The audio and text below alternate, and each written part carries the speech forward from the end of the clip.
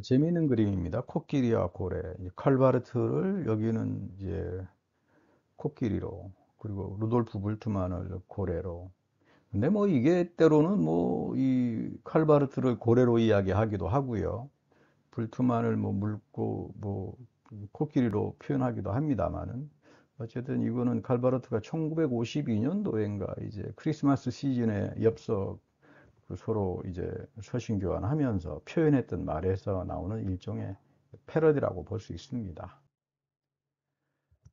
바젤에서 불트만하고 칼바르트는 하이데거 현존재 분석을 가지고 엄청난 논쟁을 합니다. 이 바르트가 이제 그 이야기를 이제 언급을 하는데, 이 과연 존재와 시간에서 현 사실성, 빠져 있음이죠. 팔렌하이트, 이 빠져 있음, 던져져 있다. 세계로 던져져 있다. 세계에 던져져 있으니까 이제 빠져 있는 건데, 이런 현존재가 사이클리시한 시간성 안에서 현재, 미래, 과거 속에서 이제 이 양심의 부름과 죽음, 뭐 죽음을 앞서 나가는 어떤 미래를 기투해 나가는, 기획해 나가는 이 현존재의 결단과 본래성이 중요하다. 이걸 이제 불투만은 굉장히 존재와 시간에서 나타나는 현존재 분석을 신약 성경 해석, 바울의 존재론이랄지, 이 신약 성경 복음서에서 나타나는 이 존재론적인 예수 해석, 이쪽으로 이제 이야기를 하는데, 칼바르트는 이제 볼트만에 대한 질문이 이런 걸 겁니다. 과연 하이데거의 실존론적이고 존재론적인 틀로 성서의 세계가 이해될 수 있느냐? 거기는 이미 19세기, 20세기 초반에 독일의 무슨 현존재 불안한 이런 게 아니라 고대 근동에 우리하고 전혀 다른 세계 속을 가지고 있는 세계인데, 이게 과연 가능하겠느냐? 두 번째는 하이데거의 실존론적인 양심이에요. 뭐 하이데거에게서 양심은 어떤 법이랄지, 너와 나와의 관계 속에서 어떤 뭐 잘못을 했다 할지, 뭐 여러분 인식이라고 하는 건 옳고 그름을 따지잖아요. 선악을 가르니까 거기서 내가 도덕적으로 살아간다, 이런 개념하고는 아무런 이해가 없죠. 양심의 부름이라고 하는 건 존재론적으로 현존자가 부르는 거니까, 과연 이런 양심의 이해가 성서의 하나님, 성서의 야훼 하나님과 이스라엘의 계약의 관계에 과연 공명이 되거나 적용될 수 있겠느냐. 특별히 뭐 에레미야 새 언약이 과연 빛이나와 되느냐, 이건 뭐 불투만하고 평생 논쟁한 부분입니다. 예레미야의 그 새 언약, 하나님께서 저를 용서하시고 성령을 부어주신다, 이 새 언약이 과연 불투만처럼 비신화와 영주주의적 세계관으로 이해할 수 있느냐. 이미 이 사건은 오순절날 성령 사건에서, 그리고 바울의 새 언약의 복음에서 구현됐다고 성서 안에 있는 새로운 세계가 우리에게 말을 해주는데, 과연 너가 말하는, 또는 하이데거가 말하는 세계 내 존재에서 세계는 과연 뭐냐? 그 세계가, 그것이 과연 하나님이 창조하고 그리스도 안에서 화해된 세계이냐, 아니면 그 영주주의적 세계냐. 불투만은 영주주의적 이 세계관이 거의 다 그 신약 성서라지 고대 근동에 들어와 있으니까 이걸 전부 다 해체하고 비신화해야 된다고 하는데, 과연 그게 정당성이 있느냐, 이게 칼바르트의 질문이에요. 교의교의학 3회 4권 1951년도에 나와 있습니다만, 서문에 이 비신화론이 가는 해체적 시도에 대해서 언급을 하죠. 이 불투만의 현존재 분석이나 실존주의가 유용한 도구는 될 수 있다. 우리 시대 1차 세계대전을 경험하고 이런 어떤 그 현재의 그런 어떤 실존에 대한 불안을 분석하는데 유용한 도구가 될 수 있지만, 그걸 그냥 무차별하게 보편적으로 성서 비평이랄지 고대 근동 역사에 적용하는 그런 방법이 된다는 건, 이건 거의 난센스다. 그리고 성서가 성서를 이미 비판하는데, 우리가 성서를 비판하고 싶으면 바울이 어떻게 모세를 비판하는가, 복음서가 어떻게 바리새파의 율법 이해를 비판하는가, 이걸 들어가서 봐야지. 이게 자해 크리틱이라고 하는 거죠. 서브젝트 매터. 이 성서 세계 속에는 주제가 뭐냐, 이 자해 크리틱, 이 자해를, 이 성서의 가장 중요한, 이 다시 말하면 주제 중심 서브젝트 매터를 그 뭐 영지주의의 뭐 세계관에서 온 거라고 보고 비신화화를 할 수 있는가? 칼바르트는 이거에 대해서 이제 아니라고 보는 거죠. 물론 불투만도 바르트를 비판합니다. 캐리구마와 신화 2에서. 또 바르트도 루돌프 불트만 그를 이해하기 위한 시도, 그런 뭐 아티클한 중요한 아티클을 쓰기도 하고. 그래서 여기서 뭐 교의학은, 칼바르트의 교의학은 멜빌의 뭐 모비딕 백경 고래하고 비교된다. 그래서 아까 앞서 그 이야기했던 코끼리 칼바르트하고 고래 불투만이 또 바뀌어질 수도 있습니다. 그럼 누가 고래고 누가 코끼리인지 그렇게 중요하진 않아요. 제가 아는 분이 뭐 오늘 뭐 코끼리를 뭐 이제 다 읽었다 그래서 그 뭐냐고 그랬더니 칼바르트 교회 이야기예요. 코끼리 다 읽었다고 그래서 좀 수고했다 뭐 이런 말을 한 적이 있습니다만. 어쨌든 성서 안에 있는 하나님의 새로운 세계, 토라를 기초로 한 하나님과 이스라엘의 계약의 역사가 과연 영지주의적 신화론의 근거를 갖고 있는가? 이게 지금 상당히 중요한 문제죠. 이런 면에서 이제 칼바르트의 입장은 그 헤르만 군켈 구약 창세기 해석하면서 이 세가라고 하는 게 역사성이지 어떤 그 민담에 가까운 이런 것들은 신화가 아니다. 이건 뭐 헤르만 군켈이 오히려 우리 시대 역사에 대한 이해하고 그 당대 역사에 대한 이해가 다르다. 오늘 과학적 실증주의적 이 역사에 대한 이해를 가지고는 그 세가라고 하는 부분을 이해도 못하고 그 속에 담겨져 있는 역사성이라고 하는 것도 이해 못한다. 그런 면에서 발트는 구약에 대한 기여는 굉장히 크죠. 뭐 헤르만 공켈이랄지 나중에 폰라트랄지 뭐 폰라트는 뭐 칼바르트의 구약에 대한 이해를 거의 다 자기 그 구약 성서 신학에서 수용할 정도로 중요한 그 기여를 하죠. 칼바르트의 교의학 14권이라고 불리우는 뭐 유작입니다. 돌아가시고 난 다음에 화해론의 윤리, 굉장히 그 레디컬한 책이에요. 여기서 이제 비신나론이 이제 작업이 됩니다. 이 화해의 윤리에서 이 헤른 로제 개발된 주인 없는 폭력, 하나님이 없는 폭력들이 정치, 경제, 문화 전반에 걸쳐서 난무한다. 이거에 대해서 사회과학적 분석이랄지 또는 정치이론적 분석을 통해서 이런 우리가 살아가고 있는 이 속에서 신화론적인 사고들, 파시즘적인 신화들을 이제 비신화론하고 이데올로기 비판이죠. 그런 면에서 칼바르트는 비신화론을 거절 안 합니다. 오히려 이데올로기 비판 속에서 오늘 하나님 없는 폭력들, 이 탐욕 큐피디다스에 빠져가지고 정치 권력, 만문, 문화 전반에 예술 뭐 이런 전반에 걸쳐 가지고 그 하나의 이데올로기 비판을 수용하는 게 칼바르트에게는 비신화론이 될 수 있다. 그러니까 불트만하고는 좀 다르죠. 특별히 여기 그 교약 14권이라고 불리는 화해의 윤리에서 이 리바이어던 정치 신화론을 상당히 중요하게 다룹니다. 그리고 루소의 시민국가론을 통해서 아주 해체를 하죠. 그러니까 이런 측면에서 파시즘 국가 이론에 대한 강력한 비판을 갖는데 이미 로마서 1판에서 시도했던 레닌의 국가화 혁명 이런 부분들 그리고 교의교역 3의 사권에 보면 아주 유명한 거 관료제 비판이 나오잖아요. 스탈린주의의 스타하노프 프로파간다. 뭐 스타하노프 그 노동력 광산 광부에서 일하는 사람들 뭐 다른 노동자의 뭐 거의 뭐 10배 정도 엄청난 생산력을 이제 증가하는 그런 스탈린주의 당시에 프로파간다로 사용되었던 이런 것들이 과연 마르쿠스가 이야기했던 소외된 노동에서부터 해방이라고 하는가 하고 이게 지금 같은 말이냐 이게 그런 면에서 소비에트 관료제를 상당히 많이 비판하죠. 뭐 이런 정도가 칼바르트가 이해하는 비신화론이라고 볼 수 있어요.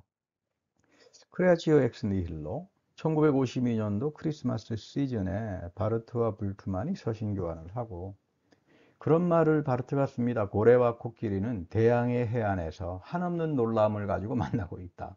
근데 뭐 자기가 고래고 뭐 무슨 뭐 불트만이 코끼리고 누가 고래인지 누가 고래인지 코끼리인지 바르트는 언급 안 해요. 요 엽서에 보면.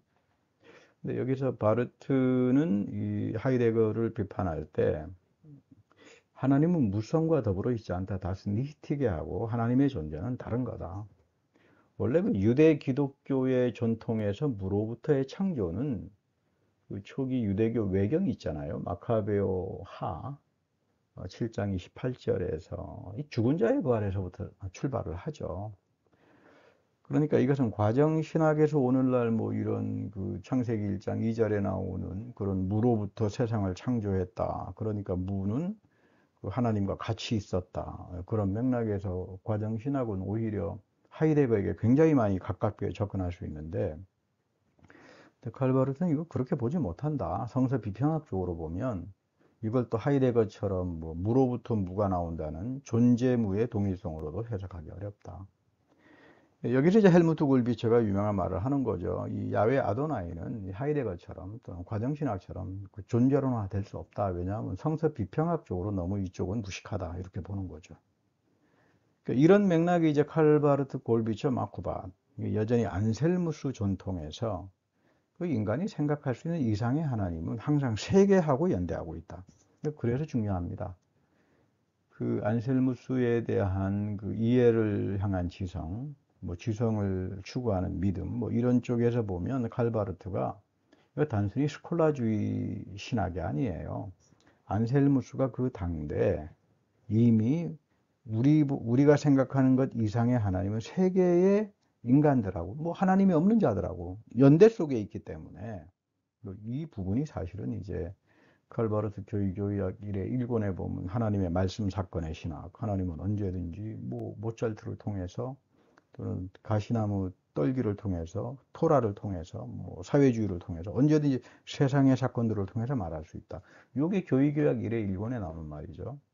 고테스 프렘데 슈티메라 그래가지고 하나님의 낯설은 음성. 이게 이제 사회 삼권에 가게 되는 이른바 빛들의 교리의 기초예요. 그러니까 뭐 칼바르트를 뭐 전기하고 후기가 달라진다 이렇게는 말하기 어렵습니다. 어쨌든 이 전통에서는 하나님은 사회 정치와 하나님의 혁명론 이런 쪽으로 가지 존재론하로는 가지 않습니다. 특별히 이제 프리델 마쿠바스는 이 크레아치오 엑스 니힐로로 상당히 중요하게 주석을 하죠. 창조는 토후와 보후, 창세기 1장 2절에 나오죠. 이거 하나님의 해방 사건이다. 이거 70인역으로 번역될 때 아우사토스카이 아카타스케이 사토스, 이게 unseen and unaffirmed, 보여지지 않는 것이고 아직 확고하지 않은 것이다. 이거 하이데거가 물어오해했다는 말이에요. 그러나 토후하우보는 이거 그리스 말로 번역될 수 있는 영역이 아니라 이미 바벨론 당시에 바벨론 유폐 시간에 바벨론에 다시 말하면 영적인 세력, 마루두기랄지 그 신화에 대한 강력한 비판을, 그러니까 이미 창세기 1장 2절에 성서는 신화에 대한 비신화론을 전개하고 창조는 다시 말하면 해방의 사건이다. 이렇게 아주 독특하게 보는 이제 관점이죠. 마쿠바시 쓴 아이의 베르미어다, 아인의 테올로기쇼 우토피, 이 책은 이분이 쓴 교의학 7권의 마지막 7권이에요. 그래서 칼바르트가 13권의 교의학을 쓰고 난 다음에 그 제자들이 두 번 다시 교의학을 쓸 엄두를 내지 못했는데 뭐 다 합치면 화해론의 윤리까지 포함하면 14권이 되겠죠. 근데 마쿠바시 7권의 교의학을 쓰면서 칼바르트하고 엄청난 비판적인 대화를 합니다. 그래서 이제 새로운 이제 그 자기의 그 신학을 새로 이제 정립을 하는데, 이 마쿠바르트가 칼바르트를 보는 중요한 입장은 이 유대인들의 계시 이해가 있어요. 그 프란스 로젠스바이크라고 하는 그 유명한 분이죠. 그 구원의 별이라고 하는 글에서 나오는 그 중요한 표현인데, 하나님과 그분의 존재에 관해서 우리는 하나님에 대해서 알 수 없다. 그 자체상 우리는 알 수 없다. 이런 무지는 그러나 하나님에 대한 삶의 시작이다. 그러니까 우리의 시작은 마지막이 아니다. 하나님에 대한 이 이해는 꽉 종말론적으로 열려 있다. 그러니까 유대적 계시 이해라고 하는 프란스 로젠스바이크는 계시라고 하는 건 형이상학이 아니다. 지금 여기서 삶의 현장에서 끊임없이 토라와 더불어 우리가 살아가고 있는 역사사회적인 정치적인 이론 쪽에서 진리와 하나님의 아름다움과 또 선함, 뭐 이것을 실천해 나가는 것이 계시의 이해지. 이런 그 스파이크의 계시가 이제 칼바르트가 그 아주 유명한 말을 합니다. 1925년도 쯤으로 기억하는데, Das Wort als Aufgabe der Theologie, 그 신학의 과제로서의 하나님 말씀이라고 하는 그 논문에서 우리는 신학자로서 하나님에 대해 말을 해야 한다. 인간으로서 우리는 하나님에 대해 말할 수가 없다. 신학자로서 우리가 하나님에 대해서 말을 해야 되겠죠. 신학자라면. 근데 나는 인간인데 신학자 인간이잖아요. 하나님에 대해서 말을 할 수 없어요. 그러니까 신학자로서 우리가 하나님에 대해서 말을 해야 되는 졸렘, 당위가 있는데, 그러나 동시에 인간으로서는 무능하다. 이제 이 중간 상태에서 우리는 하나님께 영광을 돌리는 거다. 이 부분, 이 부분하고 이제 프란츠 로젠스바이크의 이제 다시 말하면 구원의 별에서 나오는 그 중요한 개념을 이제 하나의 그 대화의 가능성으로 이제 열어가는 거죠. 칼바르트의 계시이해와 유대적 계시이해가 서로 만난다. 뭐 로젠스바이크 같은 경우는 뭐 좀 아까운 분이죠. 42살인가 병으로 돌아가셨는데 뭐 헤겔 스페셜리스트예요. 뭐 헤겔에 대해서 뭐 아주 중요한 박사 논문도 썼고, 또 헤겔에게 그 알려지지 않았던 저작을 발굴하기도 하고 국가론을 이제 쓰기도 했는데, 마르크 바르트는 이제 이론 쪽에서 아우슈비츠 이후 하나님에 대한 급진적인 질문을 재설정한다. 이렇게 가져가는 게 마르크 바르트가 쓴 이른바 그의 7권의 교의학의 처음부터 마지막까지 이어지는 겁니다. 자, 그 마크밧의 7권에 속하는 아이아 베렌비아다. 이건 뭐 이제 신학의 유토피아론이라고 하는데, 유대 예언자적인 전통에 두 가지 전통이 있다. 하나는 에른스트 블로호, 새로운 인간이 도래한다. 이런 측면에 하나 있고, 두 번째는 한스 요나스예요. 한스 요나스는 묵시라고 하는 건 뭐냐? 유대적인 전통에서 블로호하고 다르다. 역사에 대한 책임적 반성, 그리고 토라의 중요성. 블로호는 뭐 토라에 대해서는 전혀 뭐 문외 아니죠. 유대인 철학자이긴 하지만 주로 뭐 헤겔, 마르크스 쪽, 쉘링 쪽으로 가는 사람이고.